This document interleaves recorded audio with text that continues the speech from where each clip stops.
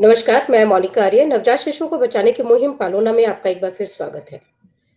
एक बड़ी अजीब-सी घटना हुई है। आप जानते ही हैं कि हम अपने हर वीडियो में ये अपील करते हैं लोगों से कि नवजात शिशु को कहीं भी असुरक्षित हालात में नहीं छोड़िए। अगर आपके एरिया में कहीं भी पालने लगे हुए हैं, तो वहाँ बच्चे को रख दीजिए। या फिर अस्पताल में कोई सुरक्षित जगह, सुरक्षित जैसे बेड है तो वहाँ पर छोड़िए, या सबसे अच्छा रहता है कि सीडब्ल्यूसी को सेफली सरेंडर कर दीजिए। लेकिन आज जिस घटना पर हम बात करने वाले हैं, जो ज़िक्र जिस घटना का है, वहाँ बच्चे को पालने में छोड़ने के बाद भी बच्चे की मृत्यु हो गई है। इसके पीछे क्या कारण रहे? क्या वो पूरा मामला था? और क्या उसमें कुछ ऐसी चीज़ें थी जिस पर ध्यान दिए जाने की ज़रूरत है? इन सब पर बात करने के लिए आज हमारे साथ यहाँ मौजूद हैं, भोपाल की एक्स सीडब्ल्यूसी चेयरपर्सन कृपा शंकर जी, जो कि अब वर्तमान में वहाँ जेजेबी के सदस्य हैं। नमस्कार कृपा शंकर जी, आपका पालोना के इस मंच पर बहुत-बहुत स्वागत है। जी, सीडब्ल्यूसी में मेंबर था, अभी जेजेबी में जी, मेंबर हूँ। जी, तो बच्चा सबसे पालने पहले में तो जी क्या हाँ, जी, यही जानना चाहूँगी कि बच्चे को कब वहाँ पर छोड़ा गया था और क्या वजह रही होंगी इस बच्चे के साथ? तो बच्चा देखिए वजह तो नहीं मालूम चला क्योंकि बच्चे को जब पालने में कोई भी डाल के जाता है, बच्चे को छोड़ के जाता है, तो वो जी, ऑफ कोर्स अपनी आइडेंटिटी को डिस्क्लोज़ नहीं करना चाहता है या कई बार ऐसी परिस्थितियाँ होती हैं कि सिंगल मदर होती है, तो वो समाज के लोक लाज से, समाज के डर के कारण सामने नहीं आना चाहती हैं। तो ऐसी जी, कुछ घटना हुई, बच्चे को जब पालने में छोड़ा गया तो बच्चे कुछ ऐसे गीले कपड़े में या कुछ ऐसी चीज़ों में बच्चे को लपेटा हुआ था काफ़ी देर से, जिसकी वजह से बच्चे के शरीर में इन्फेक्शन फैल गया था। लगभग जी, 13-14 दिन तक बच्चे ने संघर्ष किया, आईसीयू में रहा, अपनी ज़िंदगी जी, और मौत के बीच संघर्ष करता रहा और फाइनली वो छोटा बालक अपने जीवन की जंग को इतनी कम उम्र में ही हार गया। क्यों? जी, क्योंकि अगर टाइमली उस बच्चे को पालने में आ गया होता, क्योंकि पालने का जो कॉन्सेप्ट है उसमें जैसे ही आप बच्चे को छोड़ते हैं, तो घंटी बजाएँ या ना बजाएँ, हमको पता चल जी, जाता है कि बच्चा पालने जी, में आ गया है। जहाँ पालना लगा हुआ है, तो उस संस्था का केयर टेकर जो भी होता है, पूरा का पूरा स्टाफ तुरंत जो है, उस बच्चे की देख-रेख में लग जाता है। उसकी इमीडिएट जी, मेडिकल रिक्वायरमेंट होती है, उसको एड्रेस किया जाता है। अगर बच्चा भूखा है, तो ऑफ कोर्स रो रहा होगा, तो उसको दूध पिलाया जाए जो भी चीज़ें हैं, मतलब बच्चे की जी। सब सारी सारी की सारी जो सुविधाएँ हैं, उसका ध्यान रखा जाता है। जो अब भी मतलब समस्या बच्चे को उस वक़्त केयर की ज़रूरत होती है, वो उसको दी जाती है। अब समस्या कहाँ है इन सारे इसके अंदर कि बच्चा पालने तक पहुँचने से पहले ही अगर किसी इन्फेक्शन का शिकार हो गया या ध्यान नहीं दिया, कई जी, बार अक्सर लोग झाड़ियों में फेंक देते हैं बच्चों को। तो झाड़ियों में अगर 2 जी, घंटे भी बच्चा पड़ा है खुले में, ठंड का माहौल है, तो आप सोचिए बच्चे के साथ क्या कुछ हो सकता है। चींटियाँ खा जाती हैं कई बार बच्चों को। जी, जी, आवारा कुत्ते या स्ट्रीट डॉग कोई भी हो, वो बच्चे पे हमला कर देते हैं। तो जैसा जी, आपने शुरू में ही कहा, मैं भी यहाँ पे एक आग्रह करूँगा, जो लोग भी इस वीडियोज़ को हमारे सुन रहे हैं, कि हम इसको ज़्यादा से ज़्यादा प्रमोट करें कि बहुत सरल प्रक्रिया है। आप उस जी, आपने किसी भी सर्कमस्टांसेस में बच्चे को जन्म तो दे दिया है, तो जब बच्चे को जन्म दे दिया है, तो एक माँ का हृदय इतना कठोर नहीं हो सकता है। अब आपकी जो सोशल मजबूरियाँ हैं, जो सामाजिक बंधन हैं आपके, उस वजह से अगर आप बच्चे का परित्याग करना ही चाहते हैं, तो सुरक्षित हालात में बच्चे को नियरेस्ट जो भी झूला घर है, पालना घर है, उसमें आप बच्चे को डाल दीजिए, बच्चे को छोड़ दीजिए। तो जी। हमारी थोड़ी-सी बहुत लापरवाही उस बच्चे के जीवन के लिए घातक साबित हो जाती है। तो ये एक ऐसी घटना थी जिसने वास्तव में हम सबको सोचने पर मजबूर किया कि क्यों अगर वो बच्चा 1 घंटा एक पहले यहाँ पे आपको टोकना चाहूँगी कृपा शंकर जी। इस घटना के बारे में जब हमें पता चला तो उसमें आ रहा था कि बच्चे को जब पालने में छोड़ा गया तो वो 14-15 दिन का था करीब, मतलब उसका जन्म 14-15 दिन पहले होता। इसका हुँ, मतलब है कि माता-पिता ने 14-15 दिन उसको अपने साथ रखा, जो भी परिवार है उसका, हुँ, हुँ, उसने हुँ, उतने दिन अपने साथ रखा। तो हुँ, एक आशंका इसलिए बनती है कि शायद वो बच्चा पहले से बीमार रहा होगा और उनकी हुँ। कुछ ऐसी सर्कमस्टांसेस होगी कि वो बच्चे का ट्रीटमेंट करवा नहीं सकते थे और तब उन्होंने ये डिसीजन लिया होगा कि बच्चे को लाकर पालने में हम रख देते हैं, वहां कोई ना कोई इसको पाल लेगा या इसका इलाज करवा देगा। जी। देखिए अगर ऐसी स्थिति होती तो पेरेंट्स पालने में डालने के बाद वहाँ पे रुक सकते थे, बातचीत कर सकते थे। कि भाई बच्चे की स्थिति खराब नहीं है, सीडब्ल्यूसी में चले जाते हैं। अगर सीडब्ल्यूसी बनी ही इसलिए है कि अगर किसी भी बच्चे का उचित संरक्षण नहीं हो पा रहा है, तो वो मेडिकल नीड जी, भी सीडब्ल्यूसी करता है। इस बच्चे को free of cost ICU, NICU की सारी सुविधाएं मिलती हैं, और लगभग जिला अस्पतालों में इस प्रकार के, हर जिले में मैं कहता हूँ, अब बहुत पिछले जिलों की बात नहीं करी जाए तो अदरवाइज लगभग सारे जिलों में इस प्रकार की सुविधा है कि अगर कोई ऐसा बच्चा बाल कल्याण समिति के संपर्क में होता है, तो उसको जी, इमीडिएटली उसकी मेडिकल रिक्वायरमेंट है उसको फुलफिल की जाती है। अब यहाँ दूसरा प्रश्न ये हो सकता है कि हो सकता है उस पेरेंट्स को बाल कल्याण समिति के बारे में जानकारी ही नहीं हो कि ऐसी कोई जी, संस्था जी, है भी। तो इस वजह से जो जी, आपने बोला वो भी एक पॉसिबिलिटी है कि 13-14 दिन तक वो बच्चे को देखते रहे, इन्फेक्शन कि बच्चा ठीक हो जाएगा, मेडिकल एड नहीं मिला तो उसके लंग्स में इन्फेक्शन हो गया। दूसरी कंडीशन जी, भी हो सकती है कि 13-14 दिन वो आपस में इस बात को लेकर के जूझते रहे हों कि हमें बच्चा रखना है कि नहीं रखना है, नहीं रख क्या करना है, क्या नहीं करना है। तो उसके बाद उन्होंने निर्णय लिया कि हम जा करके बच्चे को डालते हैं, और जब वो डालने गए पालने में, बच्चे को रखने गए पालने में, तो वो जो 2-1 घंटे का या 3 घंटे का जो लीड टाइम रहा होगा, ट्रेवल करके आए हों या शहर का भी हो, तो जैसे 13-14 दिन पहले पूरे देश में आप देखेंगे तो बहुत ठंड का माहौल था। तो उसमें अगर कहीं बिल्कुल, बच्चे को एक्सपोजर हो गया, निमोनिया हो गई, बच्चे के लंग्स में इन्फेक्शन चला गया, ये एक बड़ा कारण रहा होगा कि बच्चे के इन्फेक्शन बढ़ने का जो कारण रहा है कि 14 दिन पहले हर जगह का आप टेम्परेचर देखेंगे तो बहुत कम था। बहुत और एक संभावना पे जो मैं बात कर रहा हूँ कि माँ बाप ऐसे रहे हों जिनको कि बच्चे का कोई अनुभव नहीं रहा हो। तो जैसे अगर अनुभवी देखिए माता पिता जी, को पता है कि 10 मिनट में बच्चा सुसु कर सकता है, टॉयलेट कर सकता है, तो उसको छू के देख लिया जाए कि कहीं कपड़े गीले तो नहीं हो रहे हैं। तो ये भी एक समस्या हो सकती है कि अनवेडेड मतलब लिविंग रिलेशन में रह रहे हो कोई, उनको ज़्यादा अनुभव नहीं हो बच्चे पालने का, और उन्होंने इस बात पे जी, ध्यान ही नहीं दिया कि बच्चे ने उस कपड़े में सुसु कर लिया, उसकी वजह से पूरा गीला हो गया कपड़ा उसका। और इस स्थिति में इतनी ठंड के मौसम में आधे घंटे 1 घंटे भी अगर आप गीले कपड़े में किसी बच्चे को या किसी कोई बुजुर्ग बच्चा रह लपेट, जाता है, तो इन्फेक्शन होगा ही, 100% होगा इन्फेक्शन। तो फैटल हो सकता है ये। अच्छा, आप सीडब्ल्यूसी का ज़िक्र कर रहे थे, आप खुद उसमें रहे हैं। सीडब्ल्यूसी के पास जो सुरक्षित समर्पण के लिए लेकर आते हैं लोग, तो आज हम क्योंकि अपने हर वीडियो में ये तो बताते हैं कि सेफ सरेंडर के लिए सीडब्ल्यूसी से संपर्क कीजिए, लेकिन जब कोई भी परिवार या कोई भी व्यक्ति अपने बच्चे को सीडब्ल्यूसी के पास लेकर आता है, उसको सेफली सरेंडर करने के लिए, तो उसके बाद क्या प्रक्रिया होती है? आज इसके बारे में हम आपसे विस्तार से जानना चाहते हैं। जी। तो मैं पहले तो थोड़ा बहुत एक्ट के बारे में बात करूँगा, उसके बाद आपके सवाल का जी, जवाब दूँगा कि सरेंडर होता क्या है, पहले तो हम देखें। तो जेजे एक्ट की जो धारा 35 है, उसमें बालकों को अभ्यर्पण के बारे में 1, 2, 3 में बताया गया है। क्या प्रक्रिया, तो वो ये कहते हैं कि एक्ट में जो लिखा हुआ है, अ पेरेंट और अ guardian who for physical, emotional and social factors. अब 3 चीजें इसमें आती है, पेरेंट्स और द गार्जियन। तो हम थोड़ा पेरेंट्स कौन होते हैं, गार्जियन, उसमें भी बात करेंगे आगे। और जो बड़ी बात उन्होंने लिखी है कि सोशल, इमोशनल और एनी अदर रीजन, अगर सामाजिक वजह से या भावनात्मक वजह से या किन्हीं और वजहों से वो बच्चा पालने में सक्षम नहीं है, तब भी वो बच्चे को सीधे जा करके वॉक इन कर सकते हैं आप चाइल्ड वेलफेयर कमेटी के ऑफिस में, और आप बच्चे को सरेंडर कर सकते हैं। वहां पे एक जो छोटी जी, सी प्रक्रिया होती है जो बाल कल्याण समिति के समक्ष होती है, उसमें एक फॉर्म भरवाया जाता है, और उस फॉर्म के अंदर सारी चीजें जो हैं आपसे पूछी जाती हैं। प्रारूप 23 हम जिसको बोलते हैं, बालक को अभ्यर्पित करने के लिए आवेदन कोई भी जाता है और दे सकता है। उस फॉर्म को भरिए, वो फॉर्म सीडब्ल्यूसी ही उपलब्ध कराती है कि आप अगर सरेंडर करने के लिए आए हैं बच्चे को, तो आपसे 2-4 बातें की जाएंगी कि भाई वजह क्या है। जी, पहली प्रायोरिटी होती है कि किसी भी बच्चे को उसके पेरेंट्स से अलग नहीं किया जाए, किंतु ऐसी जी, स्थितियां निर्मित होती हैं कि बच्चे को रखने में सक्षम नहीं है, तो यहाँ पे जो पूरी की पूरी प्रक्रिया होती है वो पेरेंट फ्रेंडली प्रक्रिया होती है। जो भी व्यक्ति इसको सरेंडर कर, उससे अनवांटेड सवाल नहीं पूछा जाएगा।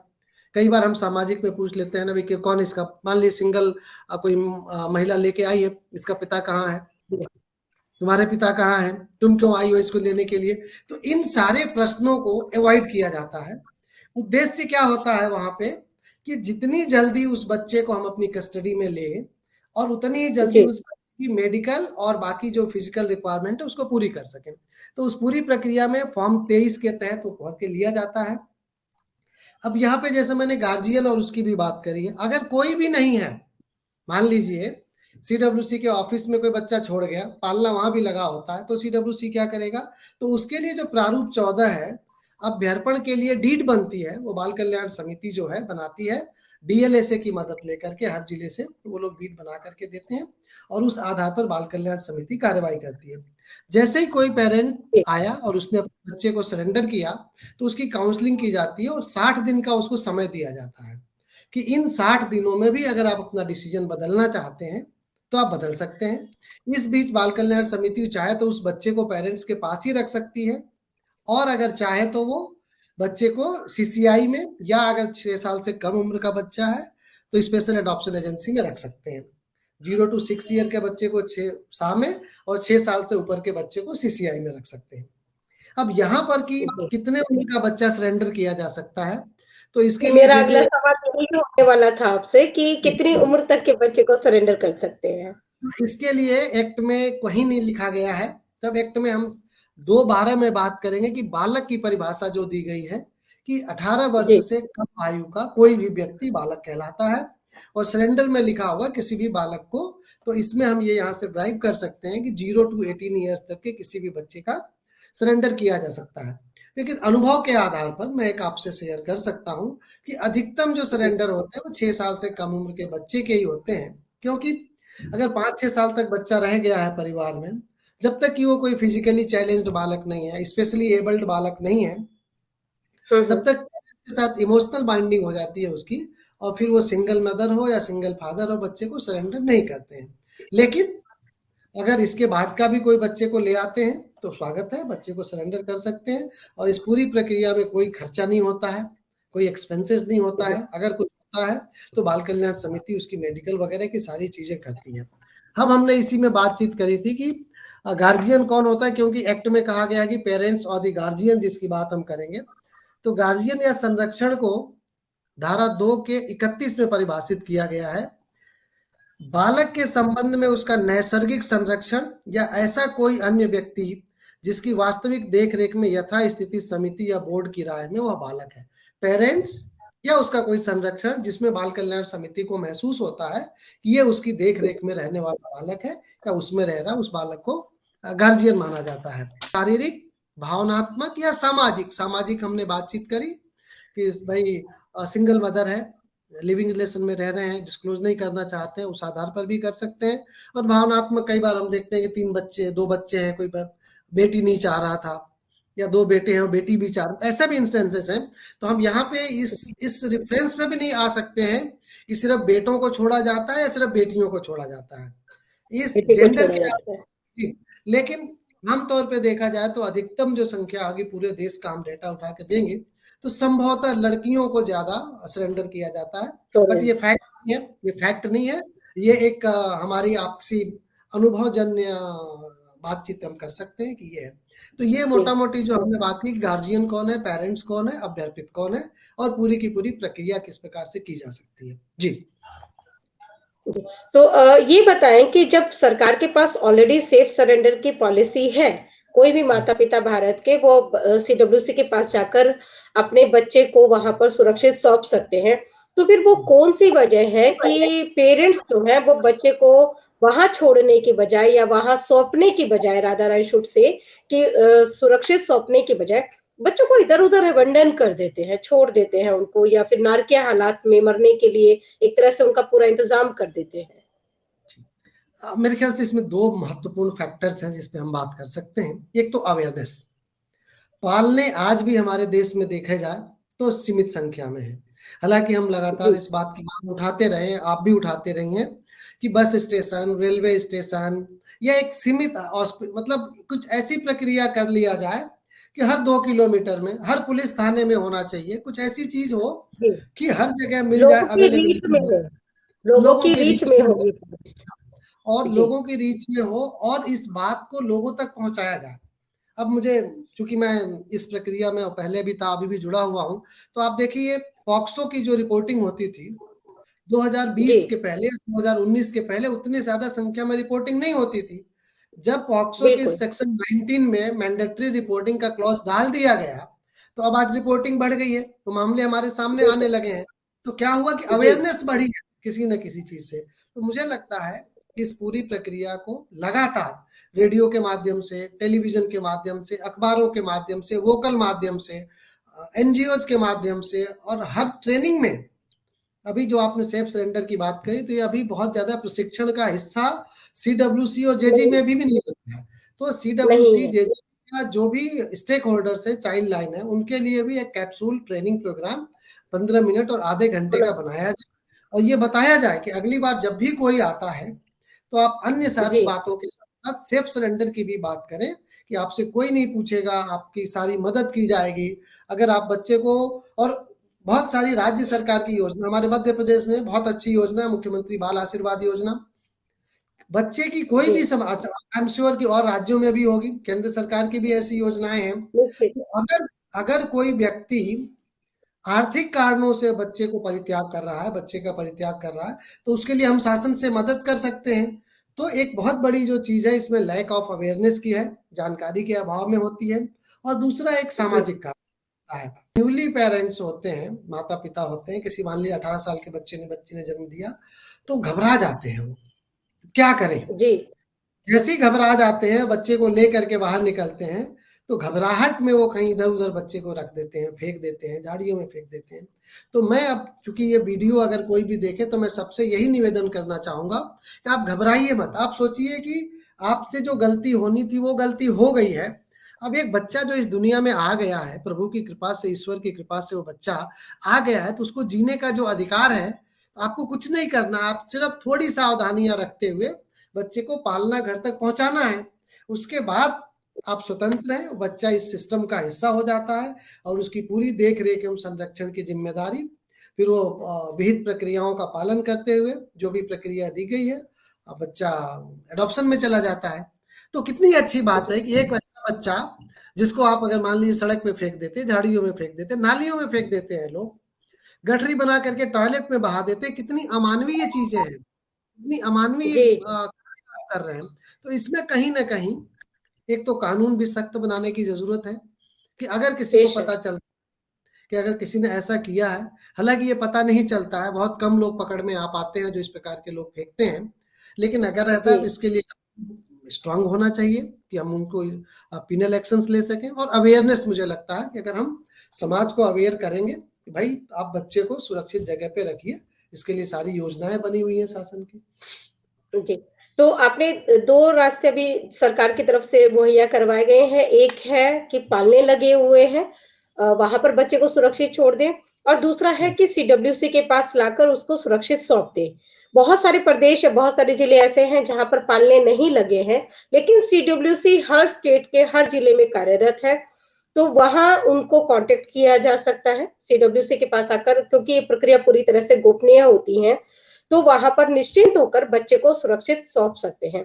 एक लास्ट सवाल मेरा आपसे ये रहेगा कृपा शंकर जी कि जब भी कोई अपने बच्चे को सरेंडर करने के लिए सीडब्ल्यूसी के पास आता है, तो क्या हमारे यहाँ अभी नो क्वेश्चन आस्क्ड पॉलिसी है कि उनसे कुछ भी पूछा ना जाए और बच्चे को उनसे ले लिया जाए क्योंकि बहुत सारे पेरेंट्स तो इस वजह से भी सीडब्ल्यूसी के पास नहीं पहुंच पाते होंगे कि वो अपनी आइडेंटिटी किसी के भी सामने डिस्क्लोज नहीं करना चाहते हैं।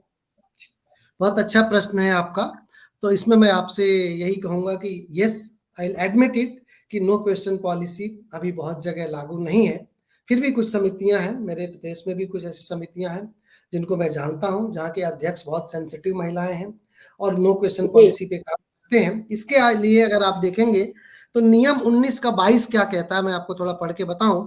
ये बाल कल्याण जी, समितियों की भूमिका कहाँ तक सुनिश्चित करता है, कि जब भी कोई माता पिता या संरक्षक अधिनियम की धारा 35 की उपधारा 1 के अधीन किसी बालक को अभ्यर्पित करना चाहे, तब ऐसे माता पिता या संरक्षण को प्रारूप 23 में समिति को आवेदन प्रस्तुत करेंगे। जिस मामले में ऐसे माता पिता या संरक्षक निरक्षर हैं या अन्य किसी कारण से आवेदन नहीं प्रस्तुत कर सकते हैं, अक्षम हैं, उस मामले में समिति विधिक सेवा प्राधिकरण द्वारा उपलब्ध कराए जाने वाले विधिक सहायता परामर्श के माध्यम से उन्हें आवेदन प्रस्तुत करने में सहायता करेगी। तो ये बहुत साफ चीज है जो आपने नो क्वेश्चन पॉलिसी की बात करी।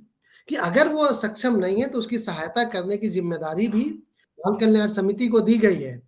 तो यस, हम अवेयरनेस बढ़ा रहे हैं लोगों से, जहां-जहां मैं भी जाता और हूँ यही कहता हूँ। प्रैक्टिकली तो कुछ और भी देखने के लिए आता है। यहाँ झारखंड में एक केस आया था हमारे सामने, बच्चे की हाँ, आँखें नहीं थी, वो बच्चे को उन्होंने कॉन्टैक्ट किया, हमने वहाँ की सीडब्ल्यूसी से उन्हें कनेक्ट भी करवाया, लेकिन हुँ, बजाय उस बच्चे को अपनी कस्टडी में लेने के और उसका इलाज करवाने के, वो पेरेंट्स को ही गाइड करते रहे और अल्टीमेटली उस बच्चे का सेफली सरेंडर नहीं हो पाया।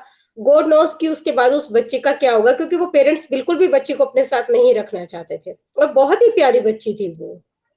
प्रैक्टिकली आप बिल्कुल सही हैं, मैं आपकी बात से सहमत हूँ, लेकिन ऐसा भी नहीं है। अगर पूरे देश में हम मान के चलें कि हर राज्य के हिसाब, हर देश, जैसे मध्य प्रदेश में अगर हमारे 51 जिलों में 51 समितियां हैं, तो कम से कम 25 या 30 समितियां तो ऐसी हैं जो सेंसिटिवली काम कर रही हैं। यस, मैं आपसे जी, सहमत हूँ, नहीं हो सकता है। और देखिए, समितियों को यहाँ सेंसिटिव होने की आवश्यकता इसलिए भी है कि अगर जो पेरेंट आपके पास ये मानस बना करके आया है, मेंटली प्रिपेयर होके इस बात के लिए आया है कि वो अपने बच्चे को अपने साथ नहीं रखना चाहता है, सरेंडर करना चाहता है, अगर आपने जी, उसको नहीं सरेंडर किया, अपनी कस्टडी में नहीं लिया, तो हो सकता है बाहर जाके उस बच्चे को किसी ऐसी जगह पे छोड़ दे जो उस बच्चे के जीवन के लिए घातक हो। तो यहाँ बाल कल्याण समितियों का रोल आता है, और इसके लिए आई एम श्योर आपके जैसे माध्यम, आपके जैसे प्लेटफॉर्म, और इवन हम जो काम करते हैं चाइल्ड कंजर्वेशन फाउंडेशन के माध्यम से, हम भी लगातार लोगों को सेंसिटिव कर जी, रहे हैं। राष्ट्रीय बाल आयोग, सारे आयोगों को भी जब भी हमारी बातचीत होती है तो हम अपना प्लेटफॉर्म पे अपनी बात रखते हैं कि बाल कल्याण समितियों को सेंसिटिव बनाया जाए। मुझे याद है अभी थोड़े दिन पहले दिल्ली में एक कन्वर्जेंस मीटिंग हुई थी, उसमें जी, माननीय मंत्री जी, महिला बाल विकास मंत्री स्मृति ईरानी जी थी उसमें। मैडम ने एक बहुत अच्छी बात कही थी कि जिस दिन हम एक चीज सोच लेंगे कि जो बच्चा हमारे पास आ रहा है वो बच्चा मेरा अपना बच्चा होता इस स्थिति में, तो मेरा क्या निर्णय होता, तो सारे का सारा प्रोस्पेक्टिव बदल जाएगा। तो हम बेशक। जिस दिन हम इस थॉट के साथ काम करने लगेंगे कि अगर मेरा छोटा बालक होता मैं सरेंडर करने जाता और मेरे साथ ऐसा व्यवहार होता, तुम्हें कैसा लगता। तो ये एक बड़ी एक टैग लाइन है, एक बहुत छोटी सी बात है कि उसके बाद हमारा प्रोस्पेक्टिव चेंज हो जाता है सारा बच्चे को देखने का। और और वो आप बच्चे यकीन करेंगे कि जो भारत की सेफ सरेंडर पॉलिसी है, वो इतनी अच्छी, क्योंकि मैं जो विदेश की पॉलिसीज़ है उनको भी मैं स्टडी करती रहती हूँ। वहाँ पर है कि केवल आप 28 दिन के बच्चे को, वो भी अनहार्म्ड है, मतलब जिसको किसी तरह का कोई हार्म नहीं पहुँचा है, केवल उसी बच्चे को आप सरेंडर कर सकते हैं, जो विदेशों की पॉलिसी है। और हमारे यहाँ देखिए, जैसा कि आपने कहा कि 18 साल से नीचे की उम्र तक के कोई भी बच्चे को वो सरेंडर किया जा सकता है। दूसरी चीज़ है कि वहाँ पर पता नहीं रिकंसिडरेशन के लिए शायद थोड़ा-सा समय दिया जाता होगा, लेकिन हमारे यहाँ पूरे 2 महीने का समय दिया गया है कि आप उसको रिकंसिडर कीजिए, और अगर लगता है कि बच्चे को आप पाल सकते हैं, तो आप अपने बच्चे को लेकर जा सकते हैं सीडब्ल्यूसी से। और कितना एकदम सारी चीजें क्लियर है, पर वही है कि एक तो अवेयरनेस नहीं है, दूसरा कि सीडब्ल्यूसी की भी कभी कोई ट्रेनिंग इस सब्जेक्ट पर कम से कम नहीं करवाई जाती है, जिसकी वजह से बहुत सारी चीजें उन्हें पता ही नहीं चलती है। और हर 3 साल में जो ये चेंज करने का सिस्टम है कि सीडब्ल्यूसी को चेंज कर दीजिए, तो जो जिनको ट्रेनिंग मिलती भी है या जो अनुभव से सीखते भी हैं, वो 3 साल के बाद बदल दिए जाते हैं और फिर नए लोग आते हैं। उसका नतीजा ये होता है कि बहुत सारी चीजों से वो खुद अनअवेयर रह जाते हैं, जो कि बच्चों के हित में हो सकती है। आपने बहुत सारी जानकारी दी है कृपा शंकर जी, और मुझे विश्वास है कि कुछ बच्चों का जीवन इस वार्ता को सुन के या इस चर्चा को सुनकर निश्चित तौर पर बचेगा, और लोग इसको शेयर करें। मैं तो यही रिक्वेस्ट करती हूँ उनसे कि सेफ सरेंडर के बारे में जाने, अपनी सीडब्ल्यूसी के कांटेक्ट में रहें, और कभी भी इस तरह की कोई परिस्थिति हो तो बिना डरे, बिना हिचके अपने जिले की सीडब्ल्यूसी से संपर्क करें और बच्चे को सुरक्षित सौंप दें। आपका बहुत-बहुत धन्यवाद। नमस्कार। धन्यवाद।